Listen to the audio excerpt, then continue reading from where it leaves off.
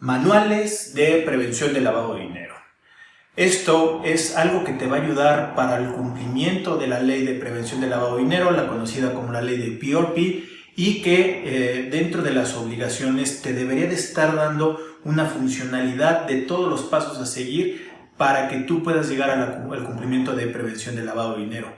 El día de hoy nos acompaña mi gran amigo Javier Martínez, que él es un contador público certificado de la certificación general del Instituto Mexicano de Contadores Públicos, además certificado de la Comisión Nacional Bancaria y de Valores, que hace referencia a que tiene los conocimientos para la cuestión de prevención del lavado de dinero, hablando de instituciones financieras. El día de hoy vamos a hablar del enfoque de los manuales de prevención del lavado de dinero en cuestión de las actividades vulnerables. ¿Estamos listos? Comenzamos.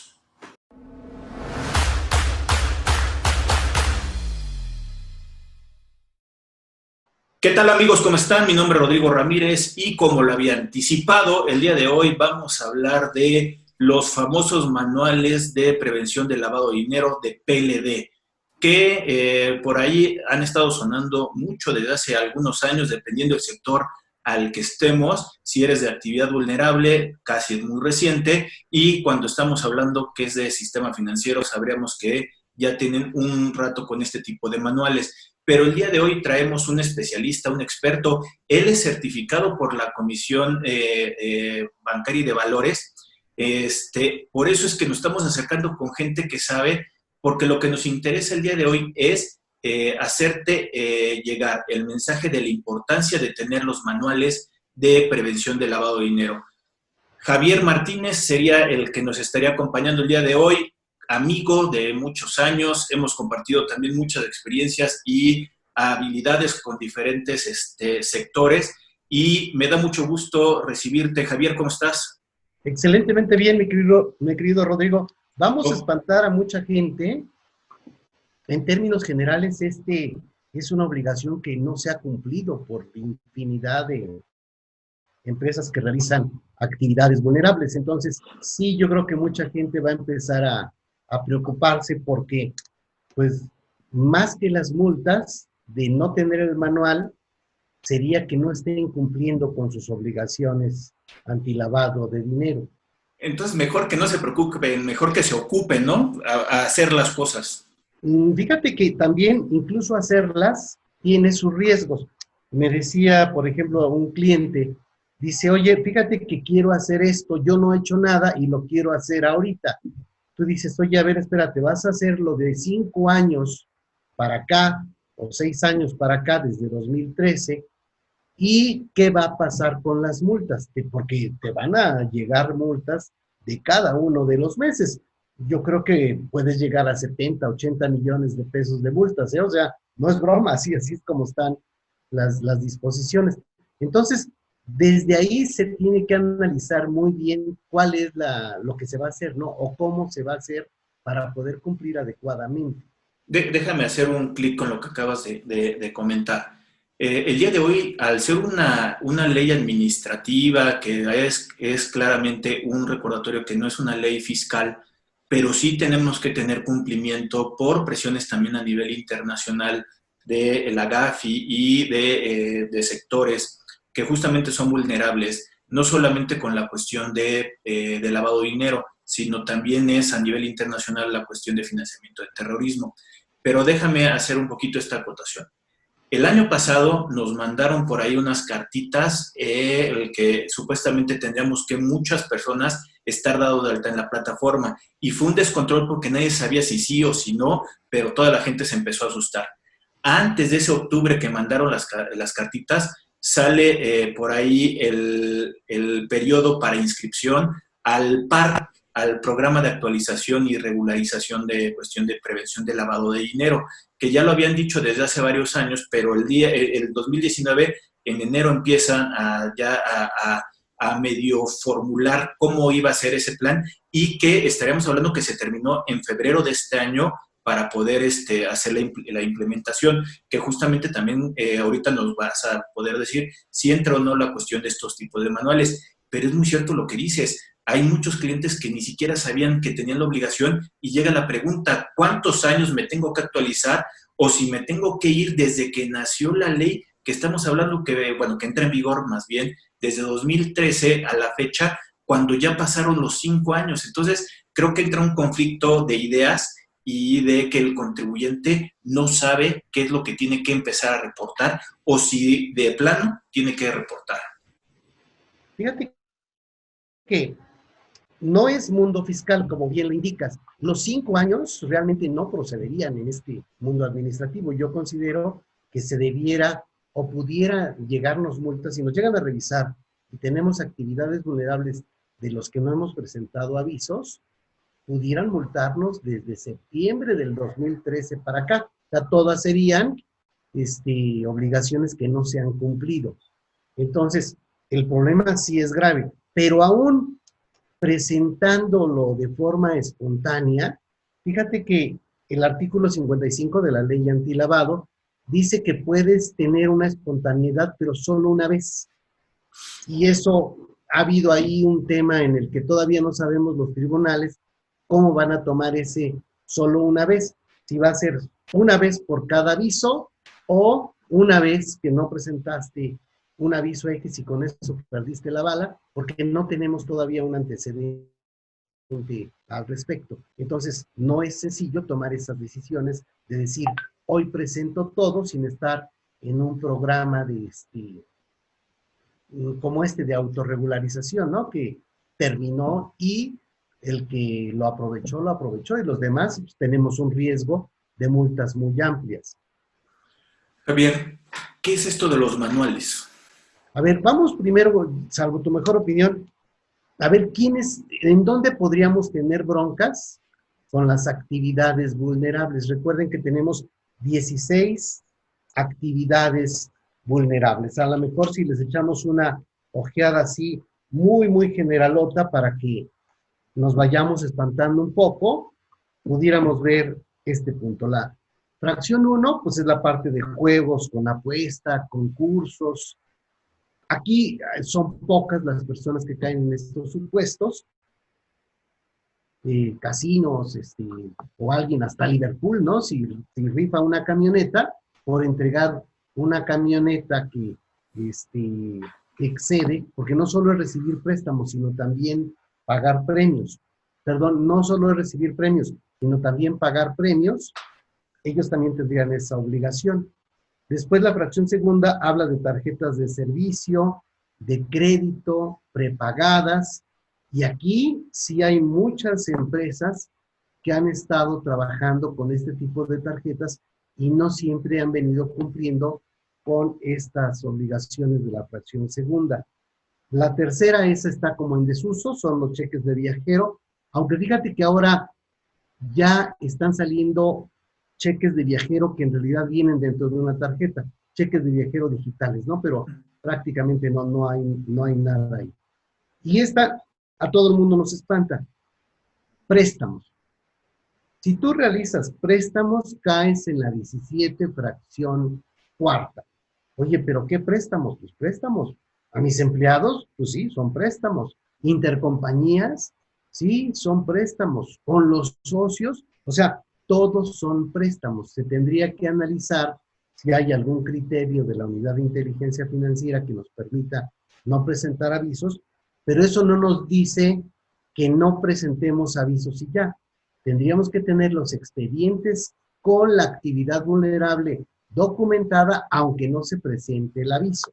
Y también la inscripción al portal de prevención del lavado de dinero, ¿no? Que te excluye el a veces no reportar, pero no de que cumplan las obligaciones.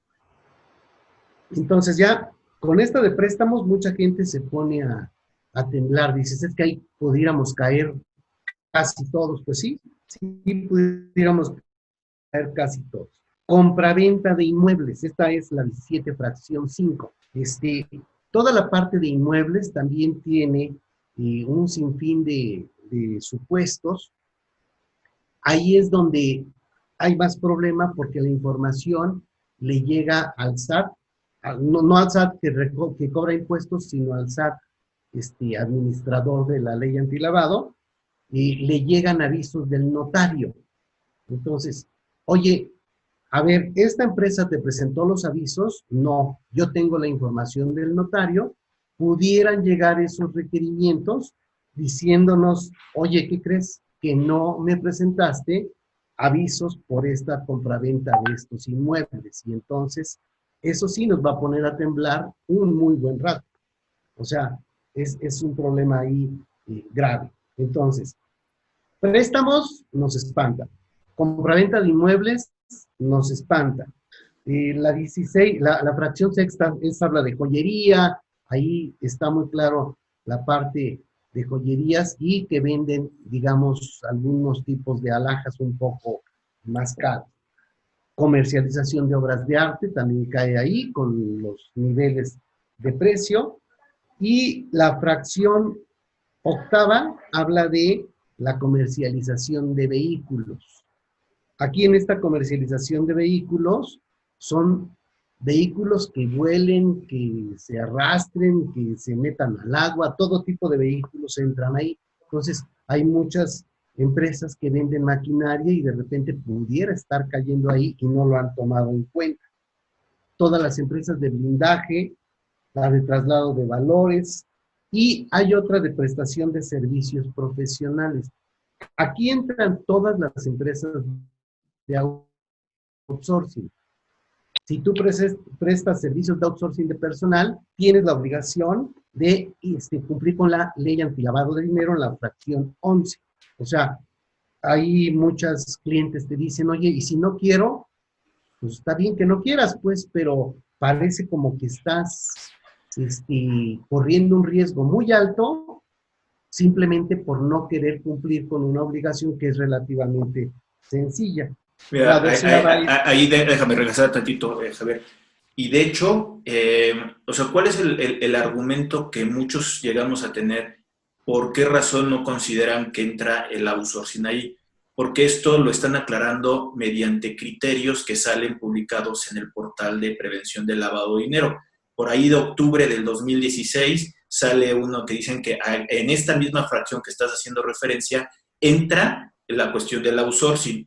En enero del 2017 sale cómo debes de presentar la cuestión de los avisos y de hecho por ahí fue el lunes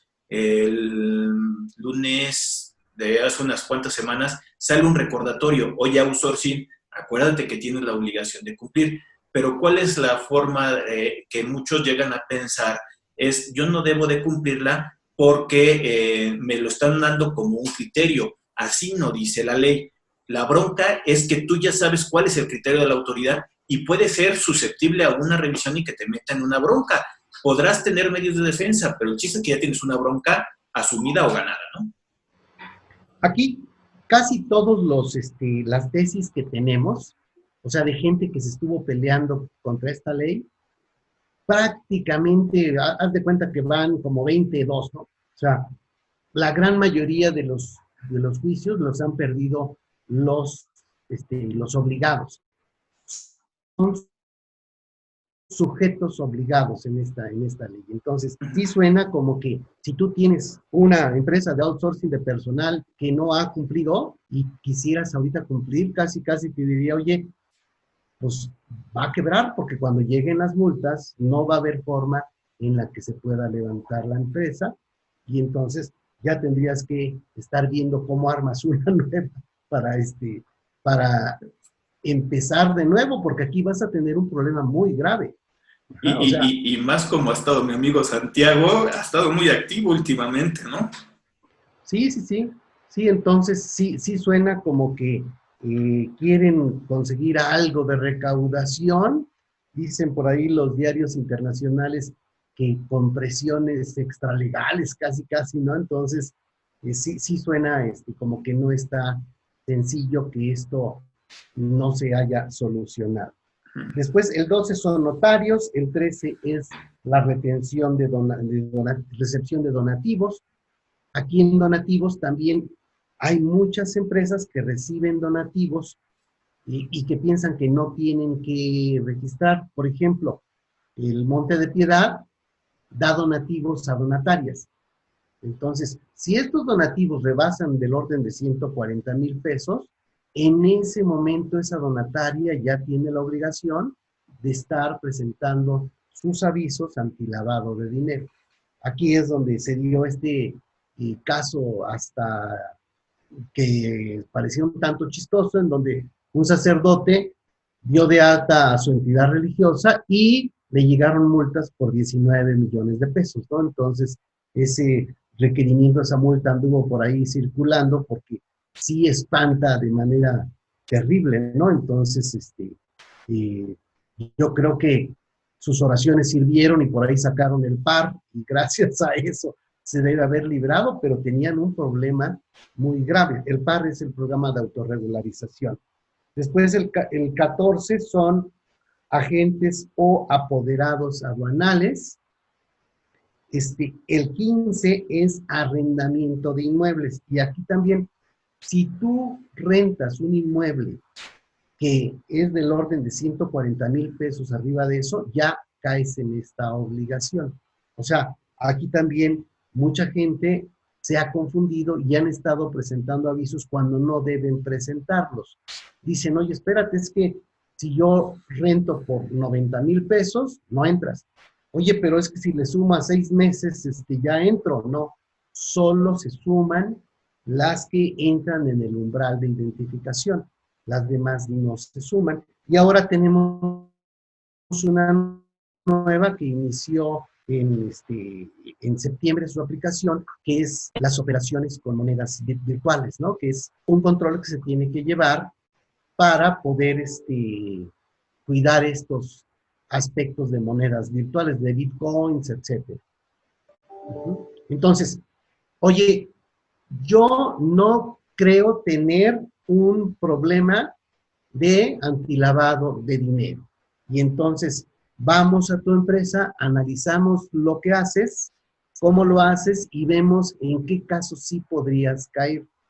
Y dentro del manual se deben analizar los supuestos para poder decirte, oye, está bien, no caes, pero si caes, si la operación se da por más de esta cantidad, entonces ya tendrías que caer en el supuesto y tendrías que hacer todo tu manual de prevención de lavado de dinero, ¿no? De PLD. Ahí, Javier, un poco, y es lo que me gusta de acercarme con gente con experiencia. Eh, Esto, al final de cuentas, forma parte de un control interno de las empresas. Este manual que ahorita vas a hacer referencia y que ahorita lo acabas de decir, pues propiamente forma parte de cómo voy a recibir yo documentación por parte de mi cliente, sea prospecto o ya un cliente recurrente, en el cual, pues, por políticas o control interno yo debería de tenerlo. Ahora, esto me ayuda todavía para poder soportar algo de cumplimiento que me esté exigiendo o que me exigirá la cuestión de la norma en cuestión de PLD. ¿Sería lo correcto? Fíjate que sí, el problema aquí es que un manual, por ponerte un ejemplo, a lo mejor por la prueba del kilo, ¿no? Como en la escuela, no es de menos de 130 páginas, ¿eh? O sea, por lo menos tiene 130 páginas porque hay que ver muchos puntos. De hecho, las disposiciones te llevan a que incluyas todas las reglas de carácter general en el manual y entonces eso lo va haciendo cada vez más gordito, ¿no? O sea, no es un manual flaco, es un manual gordo. Y entonces requiere que se analicen infinidad de situaciones. Realizas operaciones con monedas virtuales, realizas préstamos, o sea, manejas el dinero de terceros. O sea, hay muchísimas situaciones que pudieran hacerte caer en que tienes una obligación de esta ley y lo peor, ni siquiera lo sabes, ¿no? Que eso sería lo más grave que tenemos. En cuestión de estos manuales, ¿cómo le haríamos llegar a las personas que nos están viendo la importancia de tenerlo y cómo empezarme a acercar a ese manual? A ver, primero, tú tienes, vamos a poner que tú eres una empresa que realiza actividades vulnerables y que ya te diste cuenta. Ajá. Ahí puede haber varios casos. El peor caso, digamos, el menos, híjole, el menos deseado, son empresas que se dieron de alta y nunca han cumplido. O sea, oye, ¿qué crees? Que yo me di de alta una vez en el padrón de contribuyentes, de sujetos obligados antilavado de dinero, pero nunca he hecho nada. Ese es el peor escenario, porque todo lo que has dejado de hacer ya implica infinidad de multas. Entonces, casi ahí tendríamos que revisar, oye, espérate, lo peor que puede pasar es que presentemos todo, se cumpla y en ese momento lleguen 80 millones de pesos de multa y se tenga que irse a medios de defensa, a quebrar la empresa, etcétera, porque no habría otra forma. Pero hasta ese nivel se tiene. Otro es alguien que ha realizado actividades vulnerables, pero que no se ha dado de alta. Aquí tendríamos que decir, oye, espérate, está bien, tú no te diste de alta, pero si esa información la tiene el SAT por otro lado, entonces ya sabe que no estás cumpliendo, como el caso de cosas que tienen que ver con notarios, ¿no? O sea, si yo vendí un inmueble, eso generó una escritura, yo nunca declaré nada o nunca presenté el aviso de nada, pero la información ya la tiene el SAT vía la escritura que envió el propio notario en el caso de que haya caído dentro de sus obligaciones. Y así vas cayendo en cada una de ellas para que darte cuenta que pudieras caer en problemas graves. Hay otras que pudieran llevarte a la cárcel. O sea, si tú no has cumplido y alguien puede decir que lo has hecho con dolo, pues estás, aparte de las multas, pudieras tener que pagar con cuerpo mático, ¿no? Que eso es todavía peor. No, O sea, peor. ajá, tienes ahí un problema y es muy probable que ni siquiera sepas.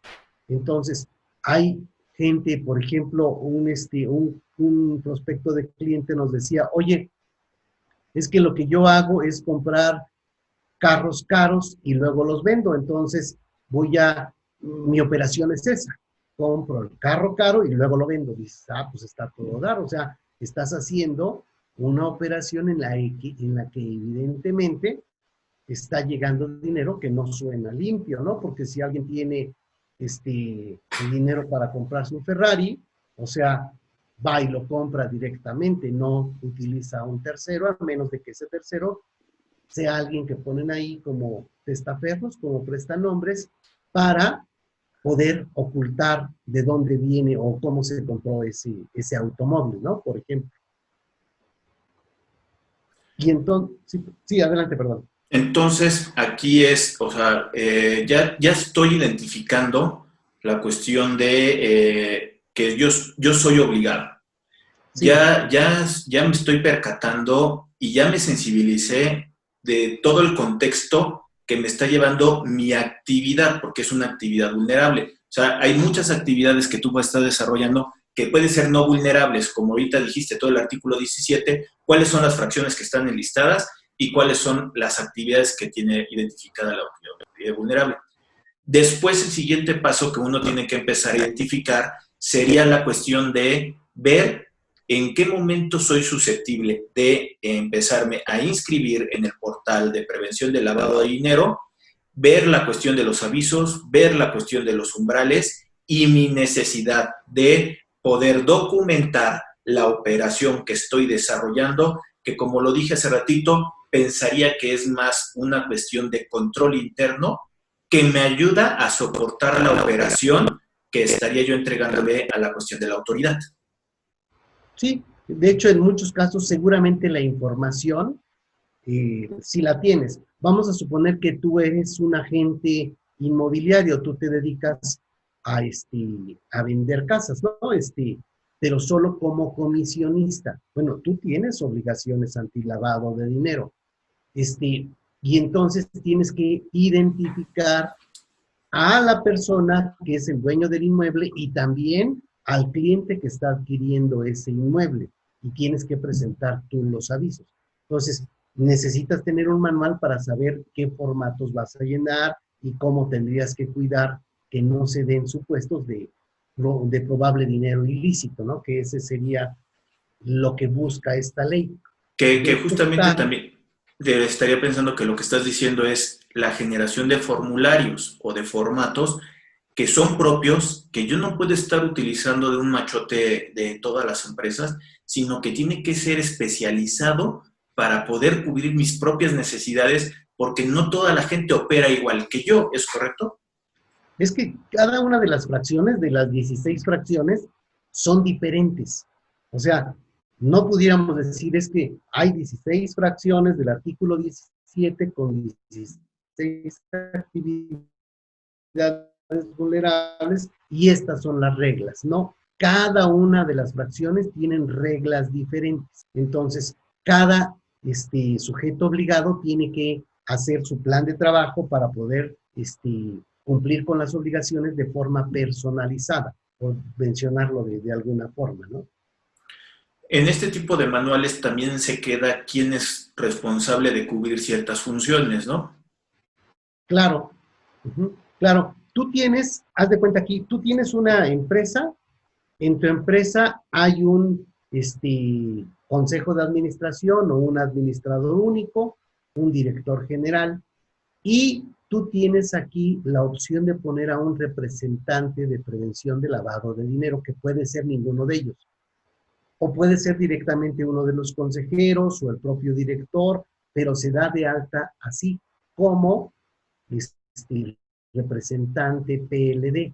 Ese representante, en estricto sentido, es al que tendrían que decirle, a ver, tú vas a pagar con cuerpo mático porque se cometió dolo o se cometió un delito y tú no revisaste qué ocurriera. Cuando son multas y eso, bueno, solo sería un problema de la empresa, pero se va generando ahí un tema. ¿Cómo me dices a mí que yo sea el representante de prevención de lavado de dinero si ni siquiera conozco esa ley o ni siquiera tenemos un manual en donde me diga qué es lo que yo debo estar revisando o cuidando o presentando de avisos, etcétera? O sea, ese sería un término terrible, ¿no? Oye, ¿quieres que yo sea tu representante? Sí. Ah, bueno, por lo menos necesito tomar cursos, por lo menos necesito tener un manual, ajá, que alguien venga y me haga un manual. De haga el manual, hágalo usted mismo, la verdad es que cada vez se quedó más difícil, o sea, no está tan sencillo. Pero bueno, habrá quien lo intente y como no hay necesariamente un manual en que detalle a detalle se deba cumplir, como sí lo hay en la Comisión Nacional Bancaria y de Valores, pudiera pasar, ¿no? Pudiera pasar la prueba del añejo, pero sí es un tema complejo. Oye, aparte este tipo de manuales del sistema financiero obviamente va enfocado tal vez al mismo objetivo que sería la prevención de que alguien me meta goles de procedencia ilícita, pero pues son diferentes formas de operar. O sea, el sistema financiero es el más vulnerable de todos porque es donde haces la cuestión de los depósitos. En cambio, en una operación, la otra, tú tendrás que conocer a tu cliente para poder ver cómo vas a hacer la cuestión de una operación. O sea, no solamente es por una cuestión de lavado de dinero, sino tú por operación debes de conocer con quién estás haciendo negociaciones. O sea, no lo veo algo que no te hayas acercado con su oportunidad porque forma parte de tu operación. Pero a ver, Javier, ahí por ahí hay una figura que se llama la de oficial de cumplimiento, que eso sí está dentro de la cuestión del lado del sistema financiero. Acá, instalado dentro de los manuales de prevención de lavado de dinero para actividades vulnerables, ¿sería recomendable un tipo de figura igual? Es el representante, o sea, digamos que el oficial de cumplimiento en las actividades vulnerables se llama representante PLD, representante de prevención de lavado de dinero, es la misma figura. En ¿cómo se llaman? Las entidades financieras, este oficial de cumplimiento durante varios años no era una figura tan relevante. Hace unos años nos pidieron que estuviéramos certificados y además nos dijeron, tú no puedes ser oficial de cumplimiento más que de una entidad financiera. Pudiera ser que fueras de más si son un solo grupo financiero, pero básicamente hay oficial de cumplimiento por cada entidad financiera. ¿Qué ocurría antes? Oye, el Office Boy a lo mejor era el oficial de cumplimiento de 17 SOFOMES, por poner un ejemplo burdo.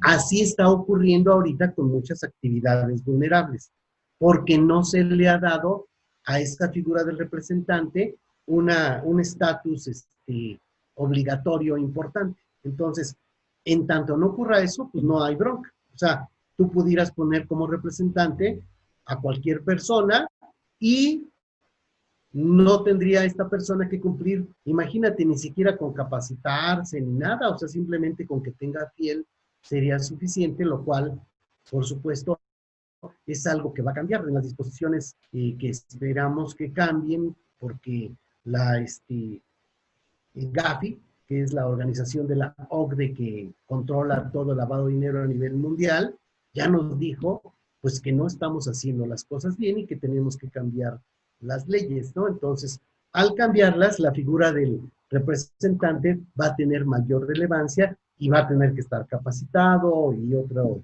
tipo de requisitos. Y aparte estar a la expectativa, ahorita que estás diciendo de lo de la GAFI, de las presiones a nivel internacional, que ya se está escuchando que aquí en México quieren incorporar la cuestión de deportistas y de artistas, ¿no? Porque también son susceptibles o vulnerables para efectos de lavado de dinero, que también, por obvias razones, tendrán que cumplir con este tipo de manuales para poder identificar la cuestión de su cliente. Pues es que es un tema, porque, oye, si yo quisiera lavar dinero, ¿cómo le haría? Pues está muy fácil. Pones 200 RIF, ¿verdad? Y con eso tienes pues prácticamente 2 millones por RIF, ¿no? O sea, pudieras ahí lavar cantidades muy grandes de dinero. Y entonces tú dices, ¿y entonces por qué ese tipo de negocios no se están tomando como actividad vulnerable?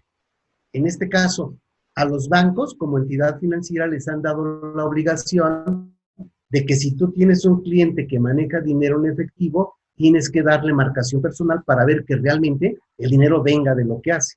O sea, si dice que vende comida, tendrás que verificar que realmente vende comida y no que sea una narcotiendita. O sea, eso sí se está cuidando de un lado o de otro. Casi siempre cuando vemos es que esto está muy fácil, se puede hacer por aquí, ya alguien ya pensó cómo cubrirlo de forma indirecta. Entonces, sí es importante saber que no estás jugando en un tema en el que vayas a verle la cara a la autoridad. O sea, la autoridad tiene ya una experiencia internacional. En este caso, Santiago Nieto es la unidad de inteligencia financiera. Él forma parte de unidades de inteligencia financiera mundial. Y si hay una forma de lavar el dinero en un país, eso lo va a saber la persona que está al frente de la unidad de inteligencia financiera de México. Hay intercambios de información, hay un sinfín de herramientas que hacen que cada vez sean más fuertes, digamos, este tipo de revisiones, ¿no? Y de operaciones.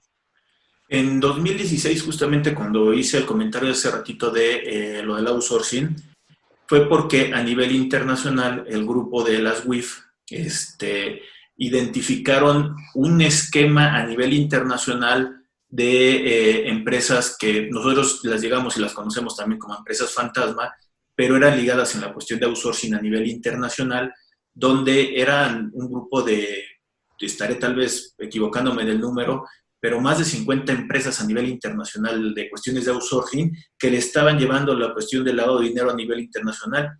Y creo que eran 3 empresas que caían de aquí en México. Obviamente no son tan conocidas ese tipo de empresas, pero por eso fue un poco que el criterio de la UIF fue el que, oye, aquí dentro de la fracción 11 del artículo 17 caes como actividad vulnerable. De los activos virtuales que entra en vigor el año pasado por efectos también de la ley de fintech del 2018, y esto que les comento de que van todavía 2 actividades vulnerables hacia adelante, la de deportistas y la de la cuestión de artistas, esto me da impresión de que esta figura de prevención del lavado de dinero de esta ley hacia adelante va a seguir absorbiendo diferentes actos o actividades. ¿Por qué? Porque si al delincuente le estás tapando huecos donde puede hacer los movimientos, obviamente se va a buscar otras figuras para poder meter la cuestión de ese recurso, y hay que estarle tapando como parte de una autoridad nacional y como de las figuras a nivel internacional. ¿No, Javier? Fíjate que nosotros como país seguimos siendo considerados como un país donde se lava mucha lana. Entonces, o cambiamos esa percepción o vamos a tener problemas con Gafi, y si tenemos problemas con Gafi, tendríamos problemas con Banco Mundial, con Fondo Monetario Internacional. O sea, nos dejarían fuera del, digamos, de tema comercial y de mundo financiero, ¿sí? O sea, estaríamos como país tronados en esa parte. Entonces, sí tenemos que cuidar qué ocurre con eso, y la única forma es hacerlo con resultados. Aquí, por ejemplo, en el caso de la Unidad de Inteligencia Financiera, pues hay un chorro de gentes a las que les han congelado cuentas, etcétera, pero tendríamos que saber si hay gente en la cárcel, porque te congelan una cuenta, vas y te amparas y le ganas y te la vuelven a regresar, y entonces parece que mucho no necesariamente son resultados reales, sino que son como alaracas que se están dando ahí sin que pase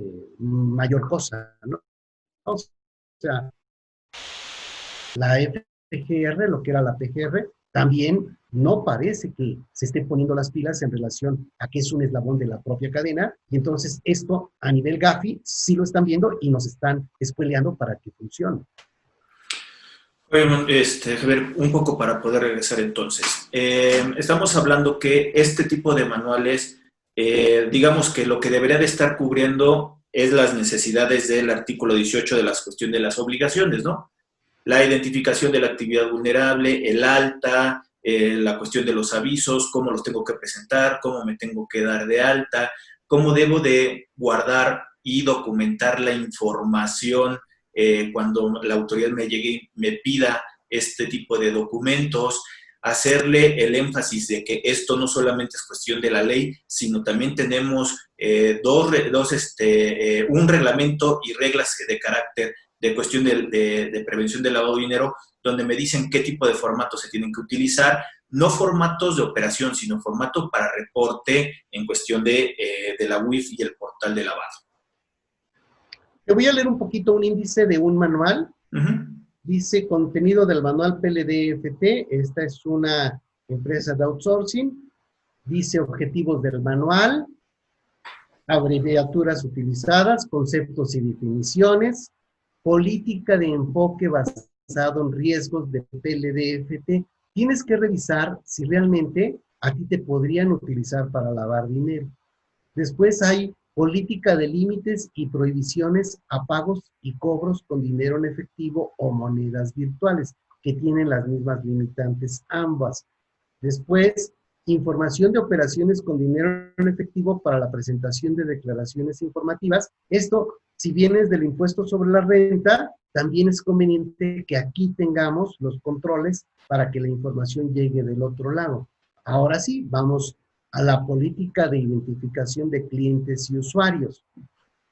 Después, tenemos los expedientes de identificación por tipos de clientes, reserva y confidencialidad de avisos e información, intercambio de información entre el grupo empresarial, que son muchas que se tienen que poner aunque no las uses, funciones y obligaciones del representante PLD, capacitación y difusión, alta y atención de requerimientos en el padrón, que esos son unos. Después hay atención de requerimientos relacionados con la actividad vulnerable del SAT o la UIF, y después hay otra de atención de órdenes de visita de verificación de cumplimiento. Entonces, lo que tú decías, atender requerimientos, pues sí, pero ahí nada más hay 3 tipos diferentes de requerimientos. Archivo y conservación de información y documentos, informe sobre la revisión anual de PLDFT, tenemos esa obligación de pedir que nos revisen anualmente que tenemos todo en orden, aun y cuando no es oficial, yo mismo pago esa revisión y la tengo a la mano por alguna revisión. Tengo que tener una lista de personas bloqueadas para saber si realizo una operación con ellas, detenerla en ese momento. Hay una política de cambios en el manual y la integración de mejores prácticas. El punto 17, aplicación del manual PLD en oficinas y sucursales. Las listas de PEPs, que son las personas políticamente expuestas. Y ahí todavía ni siquiera vemos tu actividad vulnerable. Vamos a tener un anexo por cada actividad vulnerable. En este caso, tiene anexo 1, outsourcing de personal, la solicitud de servicios de outsourcing, la solicitud de servicios de outsourcing de persona moral, la determinación del grado de riesgo, nada más de esa fracción. Si aparte tuvieras préstamos o tuvieras otros, serían otros anexos adicionales, porque no sería sencillo decir, oye, yo tengo un manual en el que estoy revolviendo dos fracciones, o sea, quedaría muy confuso. Entonces, aquí se tiene que revisar, como en todos los manuales, que se tengan políticas, medidas, criterios y procedimientos internos que contesten las 6 preguntas básicas. Oye, ¿qué? ¿Cómo? ¿Dónde? ¿Cuándo? ¿Quién? ¿Y por qué? O sea, si yo tengo en cada uno de los puntos algo que me contesta eso, digamos que ya estoy funcionando bien. Oye, ¿y qué es lo que debe saber la persona que tiene que aplicar el manual? Pues lo que le corresponde, ¿no? O sea, si tengo en tesorería personas que tienen que cuidarme algunos efectos, el representante debe saber que esa persona sabe exactamente lo que tiene que hacer, a quién le puede pedir información, etcétera. O sea, se va complicando por todos lados. Como dices también, tienen que ser trajes a la medida, ¿no? No solamente es una cuestión de copiar y pegar de lo que pueda yo buscar, sino es algo muy especial. Y más porque dices, no puedes combinar 2 operaciones. Es que si yo tengo arrendamiento y la cuestión de préstamos, hay veces que las personas encargadas no son ni la misma persona. Entonces Claro. yo no los puedo unificar en cuanto a ese tipo de operaciones. Entonces, lamentablemente sí se tiene que invertir tiempo y recursos humanos, materiales y técnicos para poder desarrollar por cada una de las actividades que estuviera haciendo. Hace ratito hiciste el listado de todas las actividades vulnerables. Me queda claro que sería ilógico que te abarcara todas, ¿no?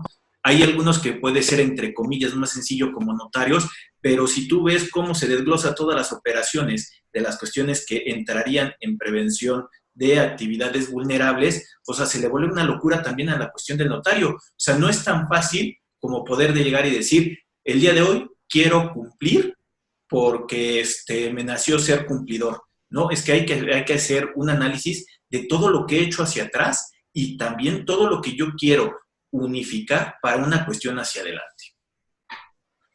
Así es.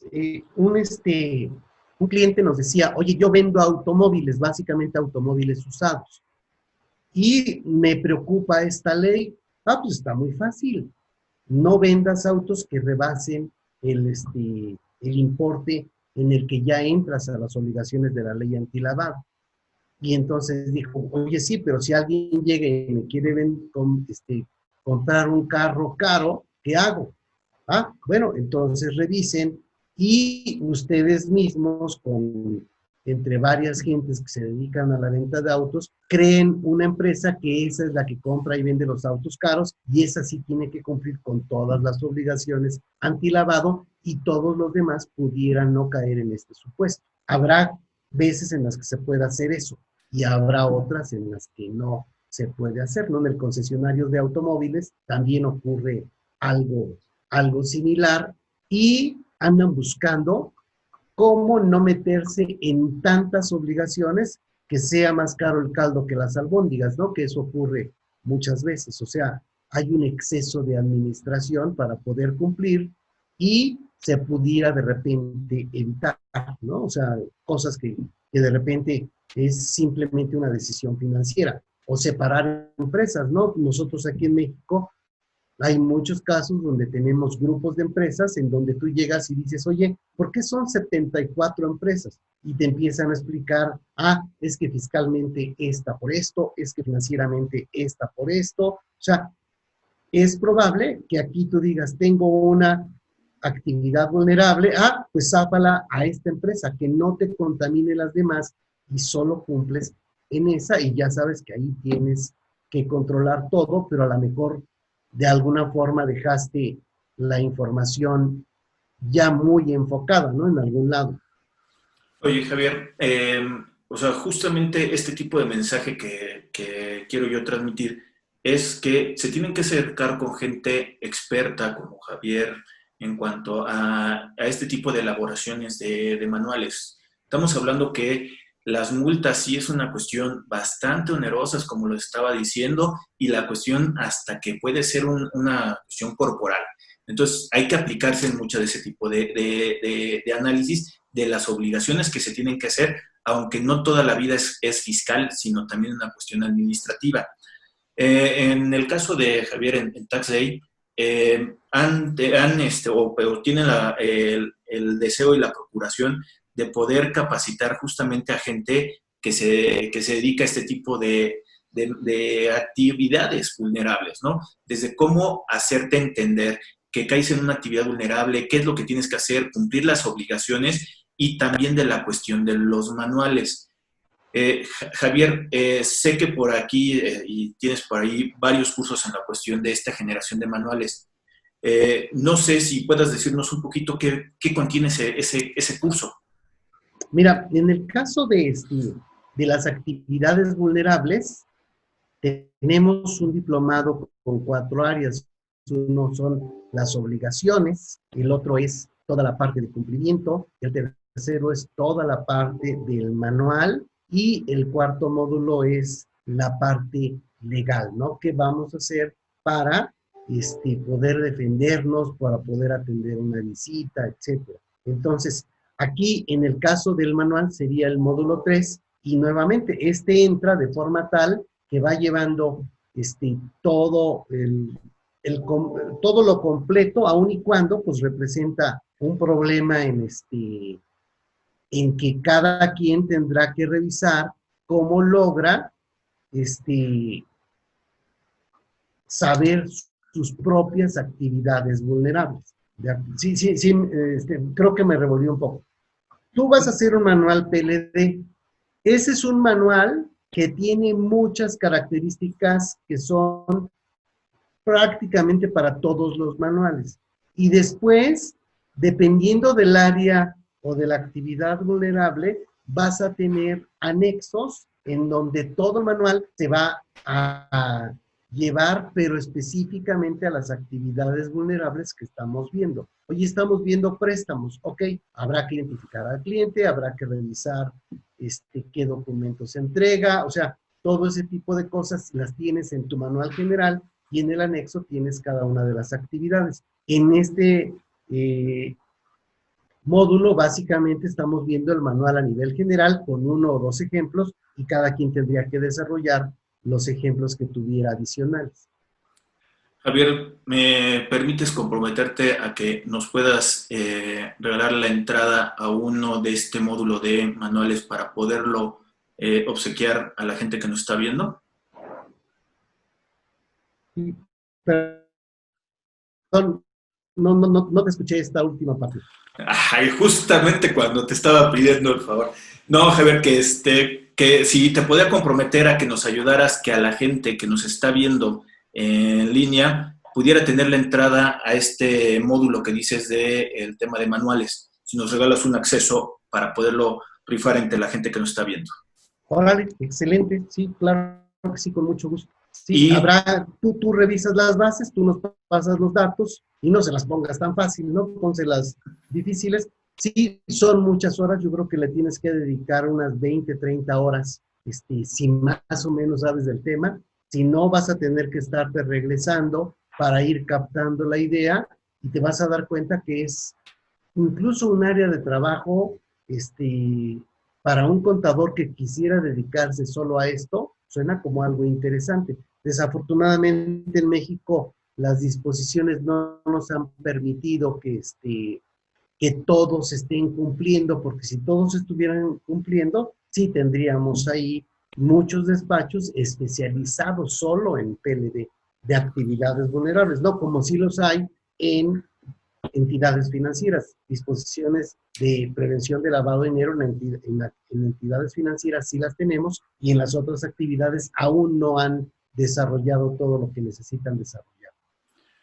Por eso, amigos, los invitamos a que se suscriban al canal de YouTube, también que le den like a la página de Facebook y que al final de cuentas nos ayuden con sus comentarios, que nosotros les pudiéramos ayudar en algo, en cuestión de alguna duda en particular, y nosotros también las vamos canalizando a la cuestión de los expertos, como el día de hoy que nos acompañó Javier. Javier, muchas gracias por tus conocimientos y por compartirnos el día de hoy esta sesión.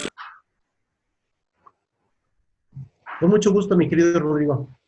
Vale, pues bueno, amigos, de nueva cuenta, muchas gracias. Estamos esperando también que nos sugieran algún otro tema para que nosotros traigamos a los especialistas. Muchas gracias por estar el día de hoy. Javier, ¿algo que quisieras nada más para cerrar el comentario? Básicamente, un punto importante.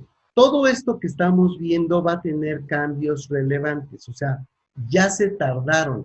O sea, Gafi nos tiene en algo que se llama observación intensiva y nos ha valido gorro, no hemos hecho lo que debiéramos estar haciendo para poder cumplir con toda la tarea que nos dejaron. Entonces, en cualquier momento van a entrar muchos cambios a la ley antilavado de dinero, a las disposiciones antilavado de dinero. Si en ese momento alguien quiere entrar, saberlo como era antes y como es ahora va a ser más difícil. Si entramos ahorita, seguro que será más sencillo después entender cuáles son las modificaciones.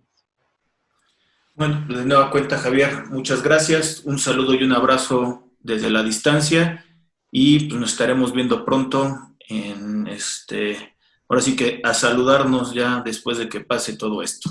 Órale, excelente. Bueno, de nueva cuenta, amigos, los invitamos a que se suscriban, que le den like a la página de Facebook y estamos en contacto. Saludos. Bye.